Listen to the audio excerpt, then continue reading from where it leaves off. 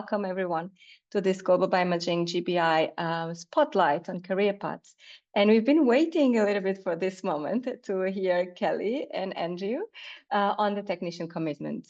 They will talk about the technician commitment, so this movement, this initiative, and that is actually started in the UK and UK centered, but it's now gaining quite a lot of momentum internationally. So we're looking forward to hear what does that mean also for all of our networks and community and facilities?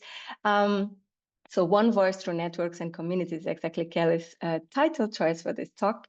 And then from Andy, we'll hear a personal perspective on the role of technician commitment in career progression, which is exactly what this GBI Spotlight seminars aim to do. We'll be recording the talk, and keep in mind that after both talks, we will stop the recording for a Q&A. So you're welcome to leave questions in the chat, also to raise your hand afterwards.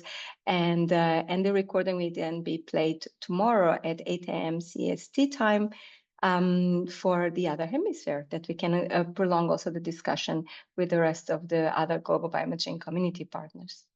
And I see there's still people entering, but like going a little bit for those who might be joining for the first time. So Global Bioimaging is an international network of imaging and platforms, facilities, communities, and imaging scientists that currently encompasses 14, so a partnership with 14 organized national or regional imaging networks across the globe, and 65 countries, and counting, actually growing with we work together towards empowering imaging scientists, towards tackling different challenges that are common to these communities across the globe, matching needs with resources, but also supporting new emerging communities and regions, as is the case of the Southeast Asia meeting. I'll tell you a little bit in a second. Talking about sustaining and supporting empowering imaging scientists, I would like to highlight these are the very last days to register to join online our annual meeting. So every year we meet, hosted by one of the different partners, and together we gather a key number of stakeholders in person and online to develop strategies on different topics. This year we're meeting exactly on how to sustain imaging or infrastructure ecosystems, and will be hosted by BINA, Bioimaging North America, and GBI, Canada Bioimaging, and back-to-back with the BINA meeting on cutting-edge technologies. So imaging in 2035 is the general topic, and if you follow the QR code, you can still register for joining online.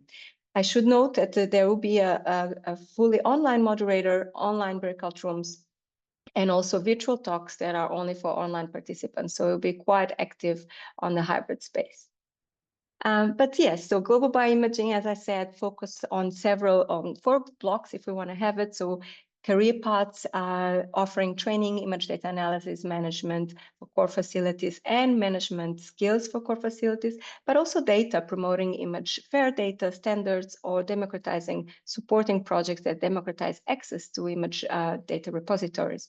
And with that, we promote impact of imaging research, of imaging scientists, and make visible the amazing work that different scientists are doing across the globe. As I mentioned, so we are growing, and one of the communities we are currently very happy to be supporting, be part of, is the IC, so the Imaging Southeast Asia.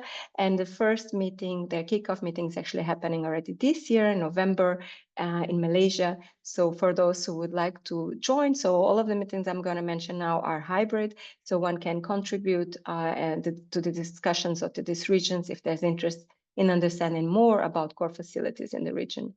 There, please join. You're very welcome.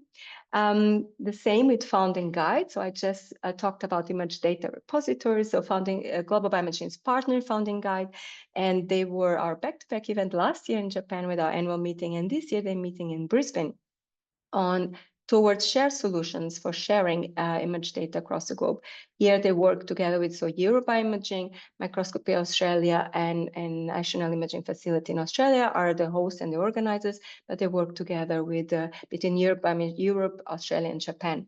So please check, the registrations are still open for both in person and online, and these are all registration-free events, so no cost to register either way. It is also going to be back-to-back to the International Data Week in Brisbane. So if you're not sure what to do mid-October, this could be a destination. And also to highlight, and for those who might be here and might want to join or connect, the ABIC meeting is happening this year in Cairo, in Egypt, and it will be very much focused on community and building impact and user access as well, and democratizing access to technologies in the vast continent that is Africa. So please, we also will have a presentation there with Imaging for All program, the Wellcome Trust program funded project, and you're very welcome to join also online or in person. LABI meeting will be meeting in Buenos Aires, and I'm very sorry to miss this one as well.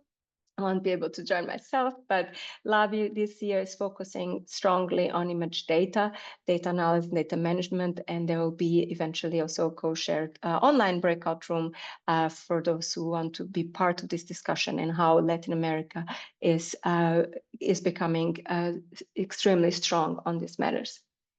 India Bioimaging is the last community meeting for this year in December, and we are also very happy to be able to be there to join the discussion on advances in innovations in microscopy and the global international community, how to focus, how to connect both the national, what is happening nationally and all the amazing imaging platforms and the international scientific community. So again, you're very welcome to join and these discussions, or if you are traveling in December, check the program online. So these are the annuals, the meetings and the communities of our partners that are still happening. But what happens every month are working groups meetings online. So you are, for those who are not yet part of any working group, you're welcome to join for any of these topics, are monthly online. So these are 1 hour. And if you are not sure how to join, you can of course check our website right now, but you can also sign up for our newsletter. You get to know from any key outputs from these working groups, which are usually webinars or white papers, manuscripts, or publications on different guidelines, strategies, and recommendations on these topics. And I actually almost forgot on the working group on how to talk to your funder. We'll have a talk this time from the Deputy Director of EMBO on their funding and how their support in the EMBO fellows also can be included for imaging scientists or for core facilities. Imaging scientists works in core facilities and infrastructure. So save the date. This will be 19th of December. I think that's all for the announcements. So let's focus back on the career path. These webinars and the GBI spotlights come very much from the publication, white paper and the Journal of Microscopy publication on the international recommendations for image sciences.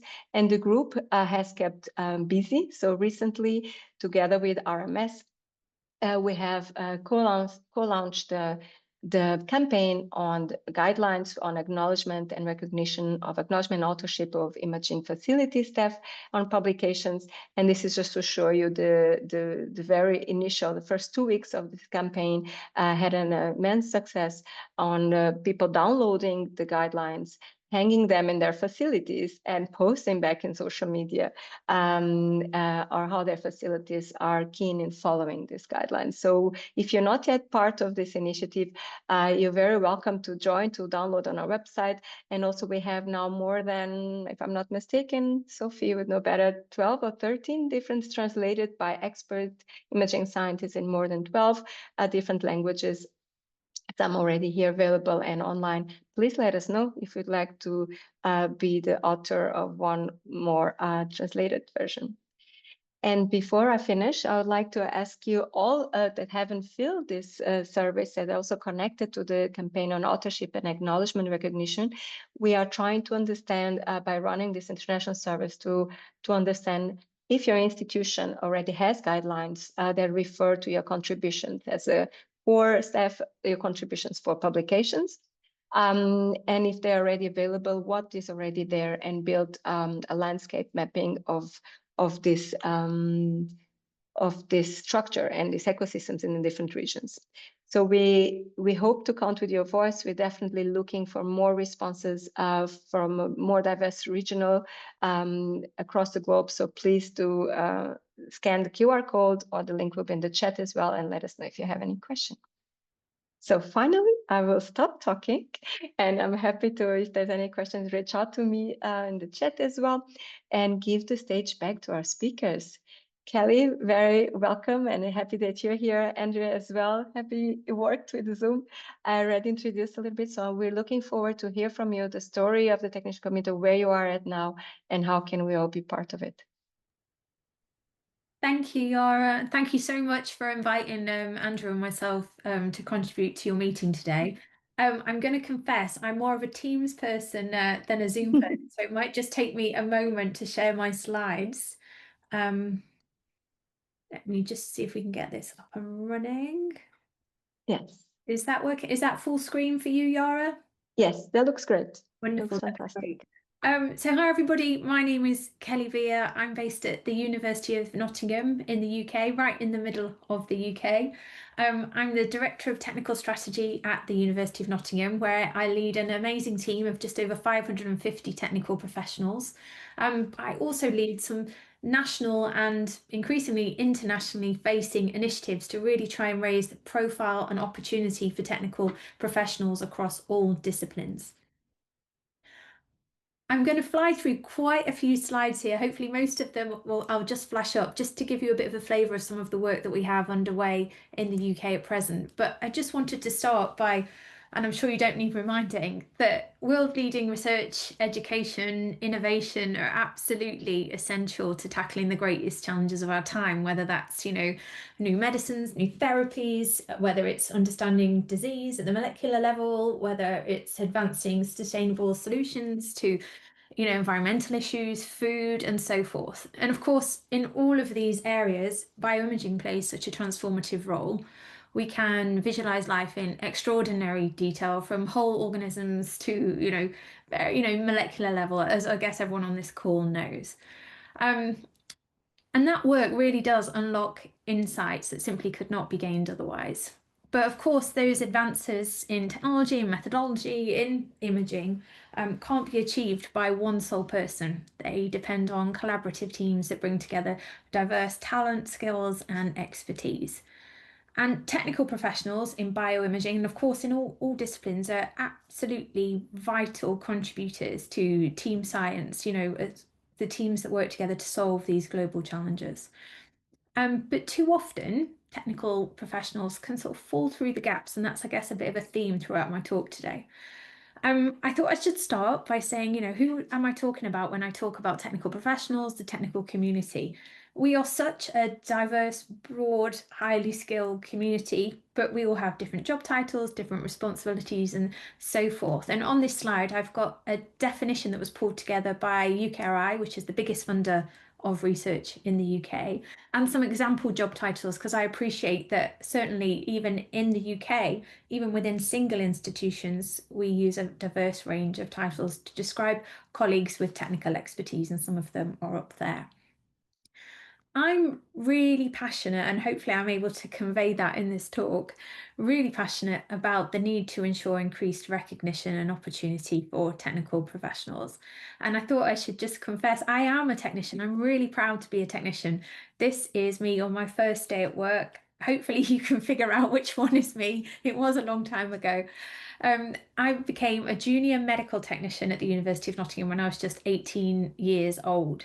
I fell into the role completely by accident. I couldn't afford to access higher education in the traditional sense. So I looked for any job that would pay me to get a degree whilst gaining work experience. And I stumbled across an advert for a junior medical technician in our division of immunology.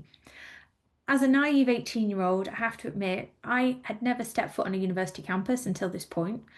And I did not realise that universities were full of, well, I thought they were full of professors and students. I had no idea there was this whole army of professionals who really made research, innovation, and education happen.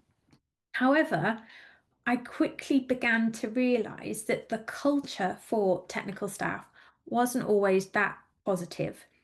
Um, colleagues would say things to me like, oh, I'm just a technician. And I really noticed a lack of visibility of our contributions to research, to innovation. And that lack of visibility took many levels. So, for example, we were rarely talked about in sector news, in sector policy. When you looked back through the history of science, technical staff were largely invisible, even though we've existed for years, our profession has existed for years. You know, Isaac Newton had a technical assistant called Hawkesby, for example. But again, we don't find much of ourselves when we look back in scientific history. And there are many misconceptions about what it means to be a technical professional in higher education, research, or innovation. And this cartoon always makes me smile. You know, they think that if you were a technical professional in university, a lot of people think you have a trolley, a lab coat, you wash bottles. I'm sure everyone on this call knows there's much more to being a technical expert in a higher education institution than this. But perhaps it's not surprising that we've struggled with these cultural challenges. And I wanted to just give you an example. I don't know how many people on the call have heard of a British TV show we have here called Downton Abbey. Um, and it always makes me smile because it makes me think about the whole upstairs, downstairs analogy. Sometimes the culture in academia can feel very much like Downton Abbey. So, for those of you that haven't seen it, you've almost got the academic staff upstairs, you know, celebrated, visible, centre stage. And then you've got the people downstairs who really make things happen, you know, the technical staff who work tirelessly, but probably have struggled to have the same recognition and opportunities. But perhaps that isn't that surprising because traditionally in academia, as you can see with my cartoon on the right, we've traditionally celebrated the lone genius. So the person whose name is on the paper or the award or the grant. And what we haven't always done very well is to recognise and reward the team effort that makes innovation happen. And that's often where technical professionals sit. We're essential to the research, essential to the innovation, but historically haven't been given that visibility and recognition. This culture has presented challenges that has really led to some serious problems in the UK, economically even. We have an identified shortage of technical skills and roles in our country, primarily because I would say that just like me, many years ago as an 18-year-old, people don't know these careers exist. They don't know you can have a fantastically rewarding and fulfilling career in academia without going down an academic route, for example. And I appreciate the lines are blurred there. We have an ageing population of technical professionals across the UK higher education sector. We are not doing enough to attract a new pipeline of technical talent. We've got significant EDI challenges across the technical community, and we really struggle to convey what a career pathway can look like for a technical professional in the UK higher education system, whereas our academic colleagues have a very nice sort of neatly mapped out trajectory. That is trickier if you're in the technical job family. So, over the last decade or so, I have led some initiatives that have tried to address this negative culture at times and, you know, to try and really transform what it means to be a technical professional in a university. And I'm going to touch on a few of those initiatives now. First one is the Technician Commitment, which we launched in 2017. The second one is an intervention, a research grant called Talent, which we launched in 2020. And the third one is the newly established UK Institute for Technical Skills and Strategy. So strap in because it's going to be quite the ride over the next few slides. So in 2017, we launched an initiative called the Technician Commitment. The Technician Commitment is essentially a pledge which we ask universities and research institutes as the employers of technical staff to sign. And when they sign the Technician Commitment, they are pledging action against 4 key pillars, and they are visibility, recognition, career development and sustainability. And with sustainability, we mean the sustainability of technical skills and expertise within that organisation. When an institution signs the Technician Commitment, we give them a year to work with their technical community to co-create an action plan against those 4 key pillars. And a year later, they submit their action plan along with a self-assessment consisting of 5 questions, 5 very simple questions. And the aim is that we can work collaboratively to really drive culture change for the technical community within those organisations, but also by working collaboratively across the sector. When we first launched the Technician Commitment, I would have been delighted if we could have got 5 universities to sign it. But to my amazement, we were able to launch with 36 founding signatories. And there's just some examples of organisations who came on board very quickly. And the Technician Commitment now stands over 130 signatory and supporter institutions. So as I mentioned, a year after signing, an institution works on the development of the self-assessment and the action plan. Those plans are then peer reviewed by the technician commitment community, and that's really important because it allows us to share learning and best practice across the sector. The technician commitment initiative, I think it's fair to say, has been transformative. It's unlocked significant internal investment into the technical community. Institutions are now doing so much more to support and recognise their technical professionals. And I'll give you some examples. We've seen new apprenticeship schemes to build early career pipelines. We've seen new career pathways established for technical colleagues, all the way through to professorial equivalents. And indeed, we now have the UK's first technical professors appointed in academia, and you're going to hear from one of them after me. There are numerous more learning and development opportunities. Institutions are hosting their own technician conferences, for example. We have sector-wide events. There's dedicated funding opportunities now, professional development funds for technical staff, and so forth. We estimate that the inward investment the technician commitment has unlocked within organisations is in the region of several £1 million across the sector, and it's on a scale that we've never seen before, certainly not in my career, my 26-year career as a technical professional in this sector. And I think a really important thing to mention is that we've now got a technician commitment community of practice nationally and increasingly internationally, where we have people interconnected across the globe, all working together to really try and drive culture change for our profession. Now, when an institution signs the technician commitment and they develop their action plan, we ask them to publish their action plan online. And one of the very first indicators of impact and progress of the technician commitment was the fact that many of these institutions called us and said, oh, we don't have a web page that talks about our technical community, the technical skills in our organisation, and so forth. So one of the very first things that happened was, of course, we said, we'll create one then. And very early on, we started to see more externally facing websites talking about the technical expertise in that organisation, the support that they offer for their technical communities, and so forth. Oh, there's a few more there as well. And soon we began to find that other organisations wanted to come on board with the technician commitment. So we developed another category of engaging with the commitment, and that is our supporter status.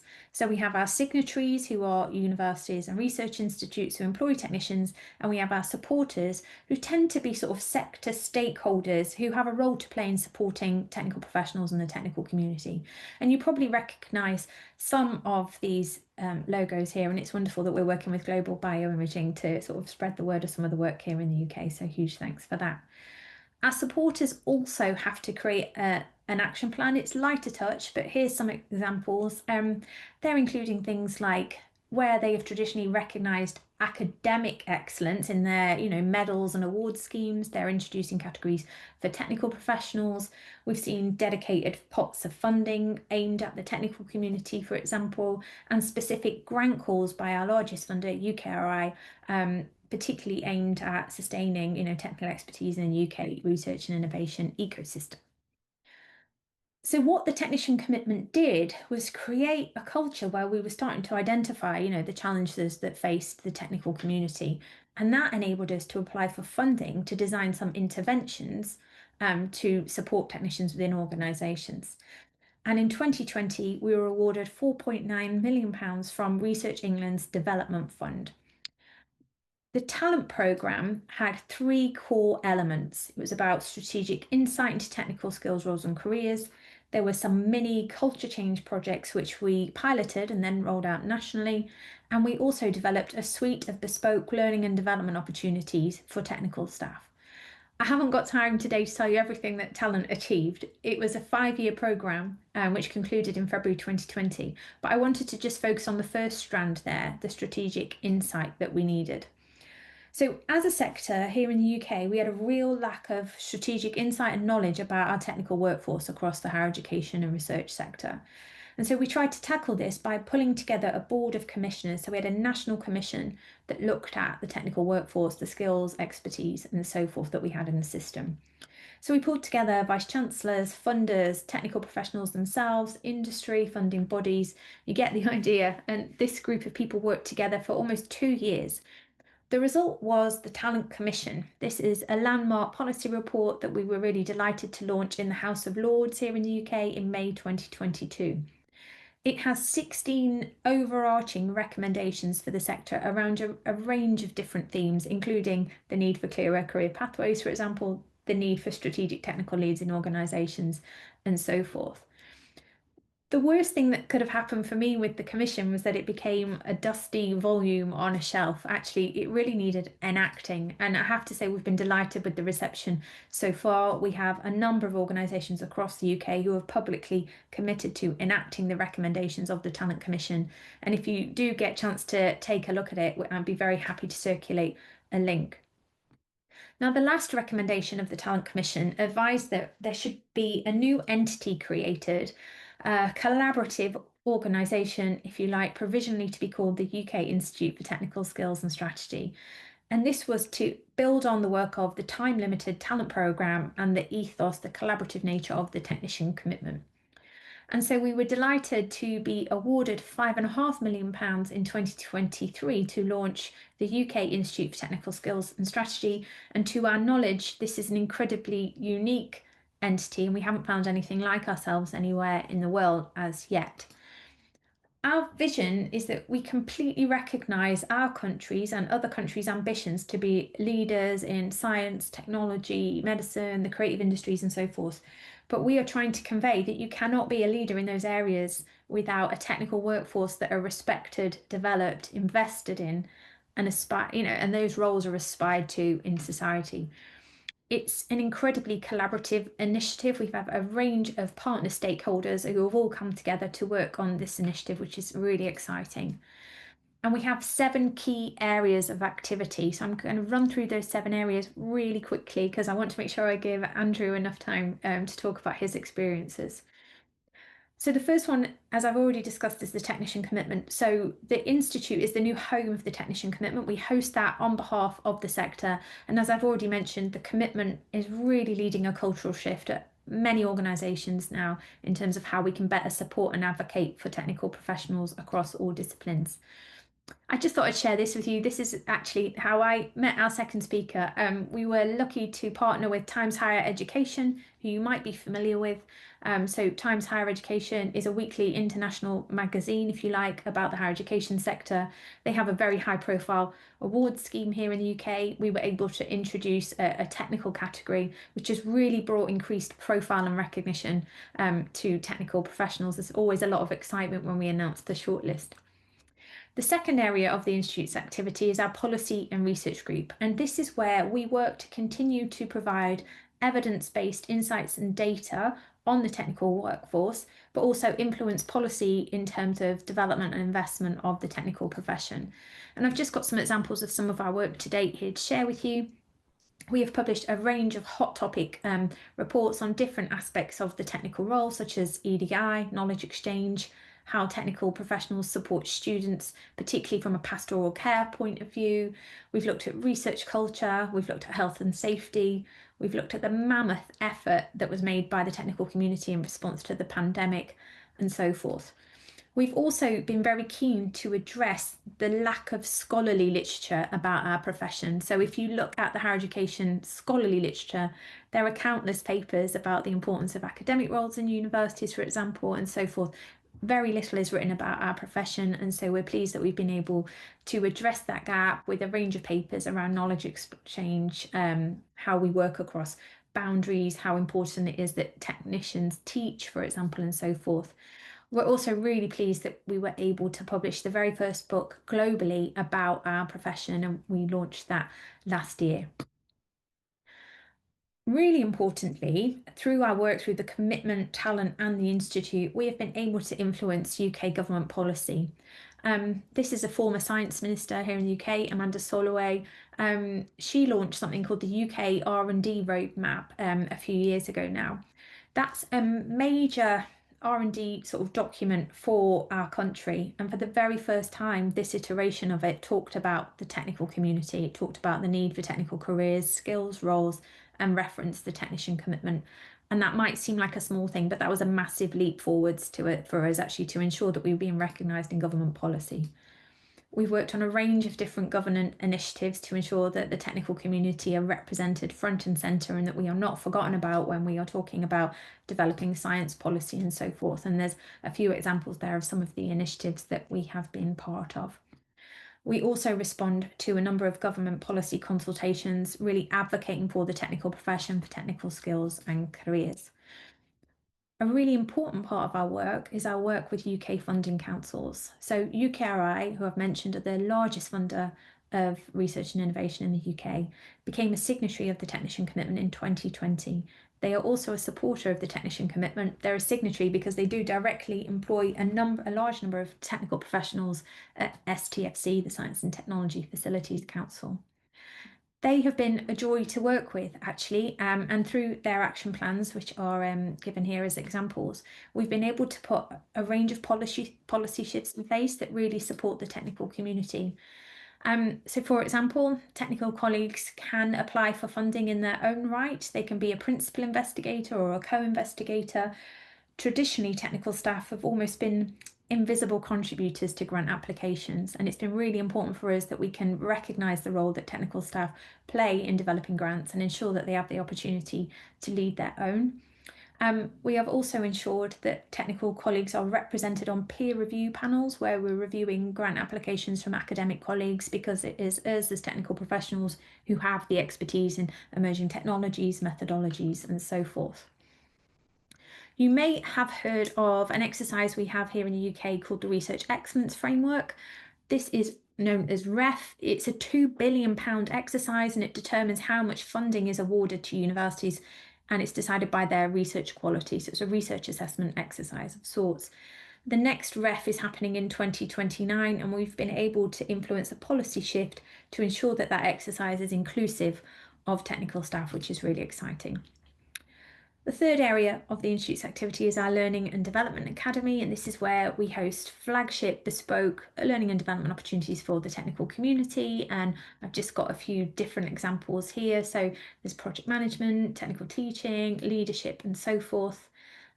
This is a really exciting programme that we run in collaboration with the Business School, the Executive Programme in Strategic Technical Leadership. And this is a personal favourite of mine, in order to respond to the lack of women managers and technical leaders in our sector, but even in disciplines where women outnumber men. We designed an intervention called the Herschel Programme for Women in Technical Leadership. It's a 6-month leadership programme bespokely tailored for women in technical roles who are aspiring or current leaders. And to date, we have over 1,000 women who have undertaken and successfully completed that programme, which is really exciting. The fourth area of the Institute's activity is our community and practice hub, and this is about how we're connecting, creating an interconnected technical community across the UK and beyond. We have initiatives such as a capability sharing showcase and funds to go and use facilities at different universities across the UK. We also have a very popular placement programme, a knowledge exchange placement programme where technical staff can apply to go on placement anywhere in the world to learn a new technique, methodology or so forth, and bring that expertise back to the UK. There's a couple of case studies there which you can find on our website. We have created some new national technical networks, and I'm sure there would definitely be interest in expanding these internationally. We have ESN, which is about environmental sustainability, recognising the key role that technicians play in that, our Technology Specialist Network, our Strategic Technical Leaders Network, and our EDI network. And for a few years now, we've been hosting the biennial UK Higher Education Technician Summit and Papin Prizes, which is a conference and award programme that we run every 2 years. We recognised at the time that there was a real lack of national professional development or community building activities, and wanted to address that. The next area of the Institute's activity is our Education and Pathways Lab, and this is all about how we can transform technical careers. This is my colleague Sarah Allen, who leads our Technical Careers Pathway Lab. We have a range of activities underway across the UK, which are seeking to reimagine how we think about technical career pathways. Now, this is one of the figures from our Talent Commission, which I mentioned earlier. We have tried to map out the technical career pathway in UK higher education and research. A key development since we launched the Technician Commitment is this, our Technical Specialist Pathway. Now, traditionally, as a technical member of staff in the UK, if you wanted to advance your career, you had to drop your specialism and become a manager. The point is, though, research and innovation needs technical specialists, so we needed to create a pathway for them, and a number of organisations have now adopted this specialist pathway all the way up to professorial equivalence. The next step for us there was how we can ensure that colleagues can progress up that pathway in response to their personal merits and achievements in the same way that our academic staff do. And I'm really delighted that Liverpool and Warwick have launched promotional pathways for technical specialists, and Nottingham's launches next year. We also have a scheme underway now from Manchester Metropolitan University, so another demonstration of how many organisations are starting to get behind this.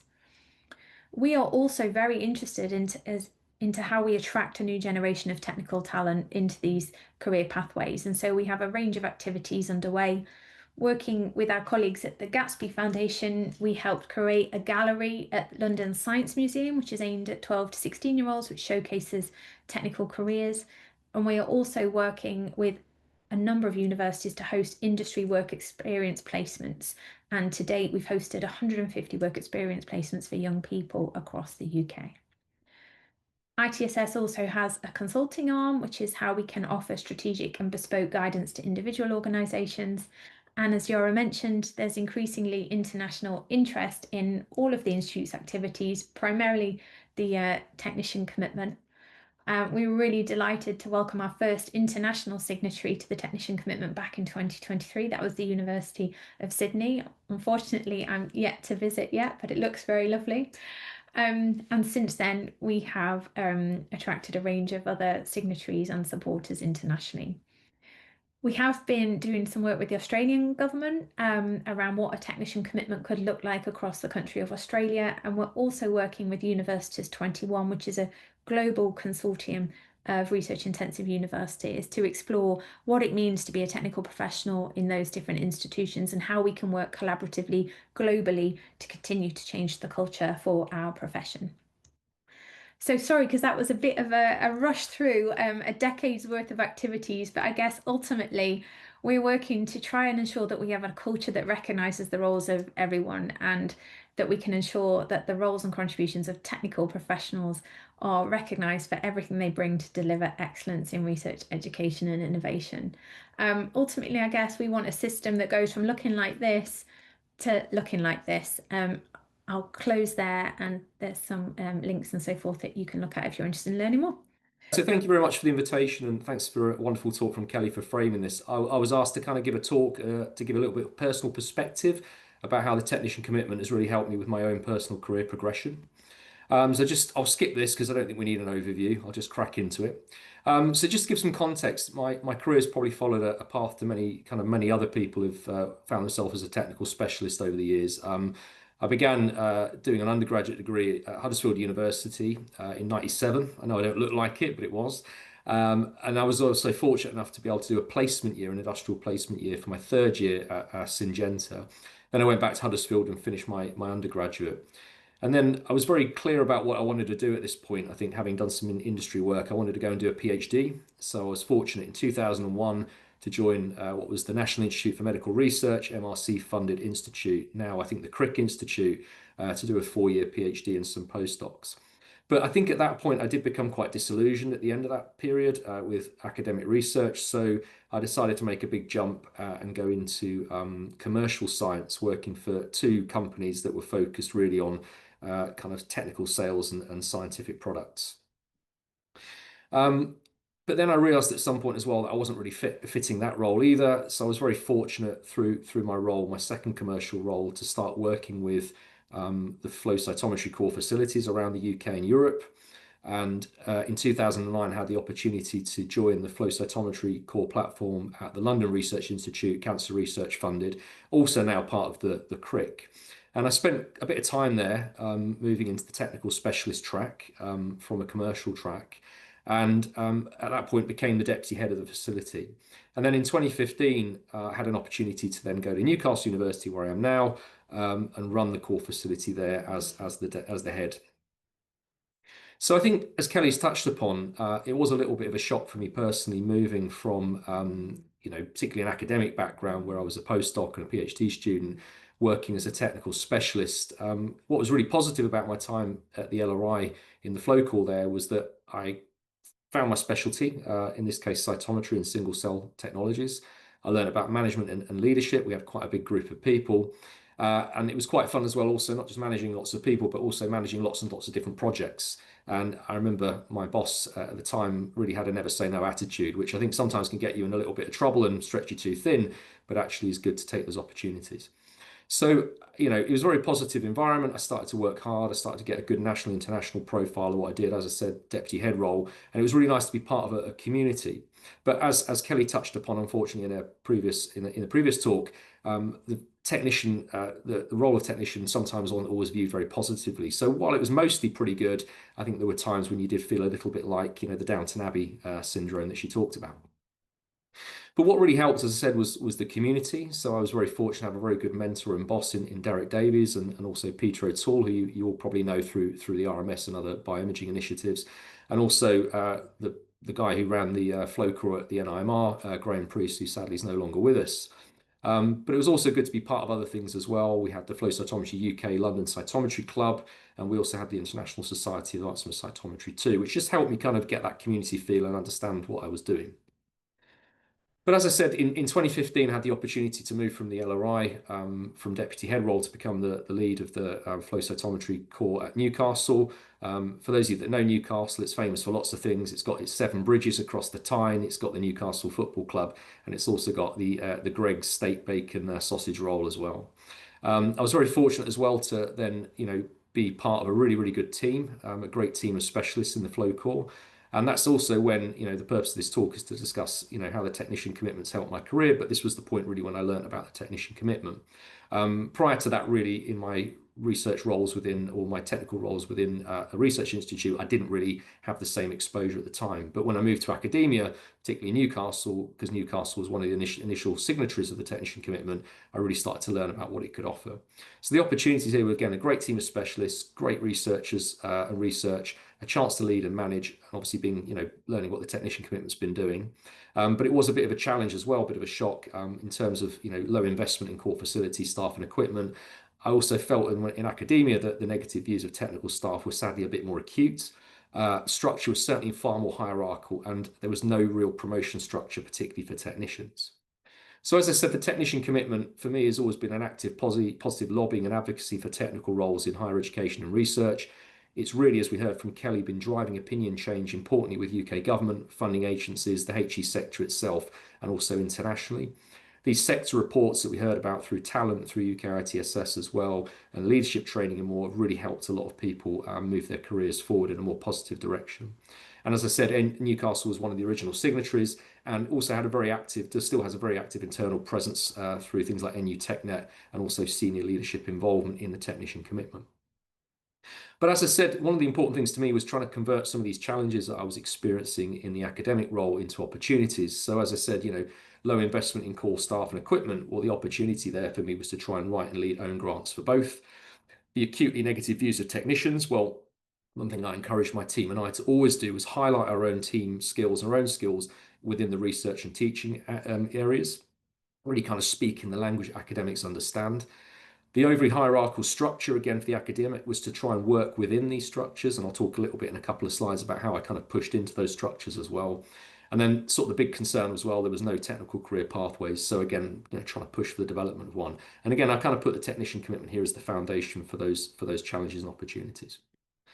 So one of the things I really wanted to do, and we heard a bit from Kelly also, that as the myths of being an RTP, a research technical professional, was that you couldn't be the lead of a grant. So initially, again, Newcastle told me that non-academics couldn't be lead PI on a grant, but they were happy, ironically, for me to write one, but get very little credit or final say in the direction of it. But interestingly, in 2018, I was invited by the Wellcome Trust to be a member of their multi-user equipment panel. Again, I'm not quite sure why that was, but I do think it was partly because of the efforts the technician commitment were doing at that time, particularly to push forward people with specialties. And then in 2019, I said, well, based on that, I said to my university, please, can I lead one of these bids? And actually they said yes, because effectively when asked, Wellcome Trust said that they would be definitely looking for people like me to lead bids of that nature.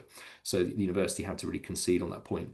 So it was successful with me as a PI, and the value was pretty good. It was worth £480,000. And since then, thanks to really the lobbying by the Technician Commitment and Talent and the UK Research, UK Institute for Technical Skills and Strategy, you can see the effect it's had on UKRI, particularly within things like their action plan, where again they mention RTPs several times. And again, since then I've secured significant funding from UKRI, and importantly as well, along with other colleagues as well who've done this too, managed to get panel membership as well on things like the MRC multi-user equipment panel and things like the BBSRC's transformative research call. So really, I feel that the efforts and the lobbying, the positive lobbying by the Technician Commitment and all the elements to do with that have really changed the way that technical specialists are viewed. And I think one of the things I'm really most proud of is being part, again, through the Institute for Technical Skills and Strategy. As Kelly mentioned, some of these specialist networks that exist. The one that really works for us is the Technical Specialist Network. And these are the people who are involved in the founding membership here. You can probably recognize a few of the faces. But in 2024, EPSRC, again, thanks to the efforts of UK ITSS and Influence, opened up something called the Strategic Technical Platform Call. And there was a 1.5 million successful bid led by Ian Hancox from Warwick University and the TSN committee, which has really then set up lots of funding opportunities for things like knowledge exchange, equipment sharing and outreach. As I said in a couple of slides earlier as well, kind of trying to speak the academic language to push ourselves forward as a community of technical specialists at Newcastle, was that it was very important for myself and the team to highlight the publications that we've been involved in, both driving them sometimes ourselves and also collaboratively. And I'm just showing here the outputs of my citation index from Google Scholar. And hopefully you can see that the move to Newcastle had a really positive effect on the academic and scholarly outputs. And of course, the other thing that academics are judged on is teaching. Again, Kelly beautifully brought out the fact that this is something that technicians often play a role in and not recognised for often. But we took control of this a couple of years ago and we set up an MRES program we call Enabling Technologies and Methodologies for Biomedical Research. And again, this is what you can imagine. It's covering all the kind of core technologies that drive biomedical research forward, such as flow cytometry, such as bioimaging and such. And again, we just started the cohort for this year as well, and it's going really, really well. So in 2019, again, the other thing we were talking about a few slides ago was trying to influence the academic hierarchy. In 2019, I took a real gamble.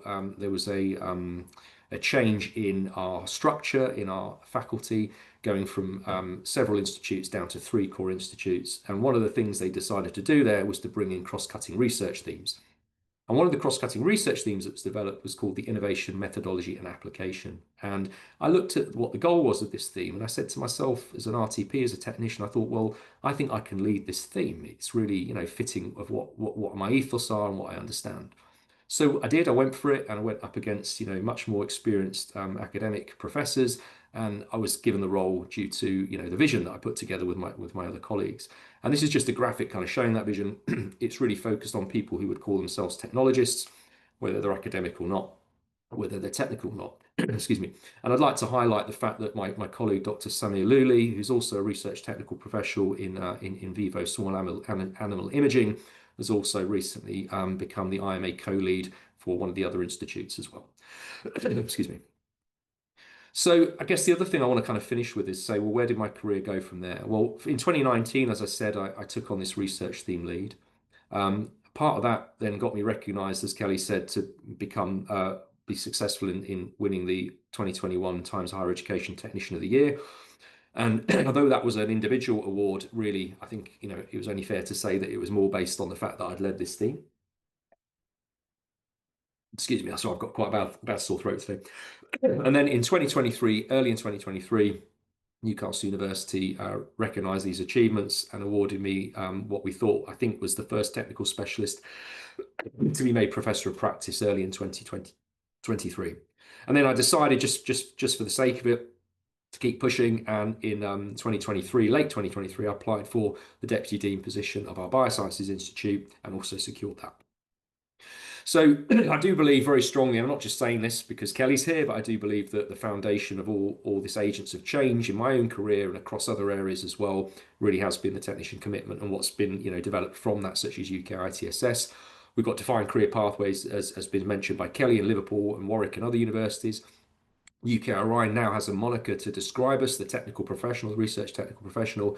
And as Kelly said as well, that influence with funders, being PI, COA and grants, recognition, reward, influence with our employer, and importantly also looking like we will be, you know, a major part of REF 2029 as well.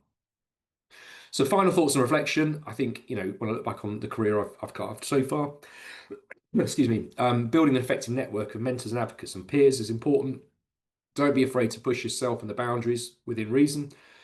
Put yourself forward for things outside your comfort zone. And I really believe very strongly engaging with this new institute that's been developed, the UK ITSS. So thanks to my team who've supported me, my mentors, my employers, and also a technician commitment.